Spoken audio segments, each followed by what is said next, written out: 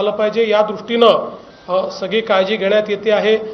विशेषतः यावर्षी डिजिटल शेतीशाळा ही देखील आयोजित करण्यात आलेल्या आहेत। प्रत्येक तालुक्यामध्ये डिजिटल शेतीशाळा आयोजित करण्यात येतील। शेतकरी त्याच्यावर डिजिटल शेतीशाळेच्या माध्यमातून मोठ्या प्रमाणात या संदर्भात म्हणजे शेतीमध्ये कीड व्यवस्थापन असेल किंवा चांगल्या ज्या नवीन पद्धती आहेत त्या पद्धतींच्या बाबतीत शेतकऱ्यांना योग्य अशा प्रकारचं मार्गदर्शन हे त्या माध्यमातून आपण देणार आहोत। एक कृषी विभागाने अतिशय चांगली गोष्ट केलेली आहे।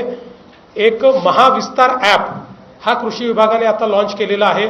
महाविस्तार ॲपवर शेतीच्या संदर्भातली सगळी माहिती उपलब्ध आहे। AI पॉवर्ड ॲप आहे आणि याच्यावर शेतीच्या संदर्भातली सगळी माहिती उपलब्ध आहे।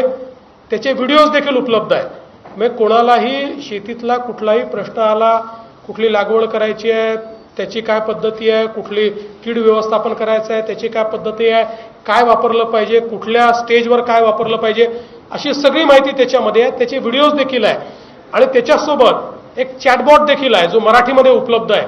त्याच्यावर कुठलाही प्रश्न हा शेतकऱ्यांनी विचारला तर त्याला योग्य उत्तर त्याच्यावर मिळेल आणि त्या उत्तराचा सोर्स काय आहे हे देखील त्या ठिकाणी मिळेल।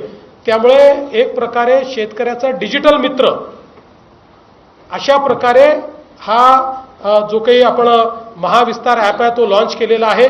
हा गुगल प्ले स्टोअरवर आहे, तो शेतकऱ्यांनी डाउनलोड करावा अशा प्रकारची आम्ही त्यांना विनंती करणार आहोत। लवकरच आमचा प्रयत्न आहे की यातला जो चॅटबॉट आहे हा आम्ही मेटावर देखील म्हणजे व्हॉट्सॲपवर देखील आणू, जेणेकरून व्हॉट्सॲपच्या माध्यमातून त्यांना या चॅटबॉटचा उपयोग करून कुठलीही शंका असेल, अगदी याच्यावर आता कुठल्या मार्केटमध्ये कुठल्या कमोडिटीचे काय भाव आहेत, कुठल्या शेतमालाचे भाव काय आहेत याची रिअल टाईम माहिती त्यांना मिळू शकते किंवा कीड व्यवस्थापनाच्या संदर्भातली एखादी माहिती मिळू शकते, एखादी आंतरपिकाच्या संदर्भातली माहिती त्यांना पाहिजे असेल ती मिळू शकते।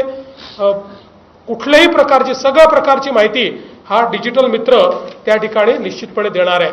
यापूर्वी आम्ही SLBCची देखील बैठक घेतली आहे। SLBCच्या माध्यमातून शेतकऱ्यांना योग्य प्रकारे कर्ज पुरवठा झाला पाहिजे या संदर्भात आपण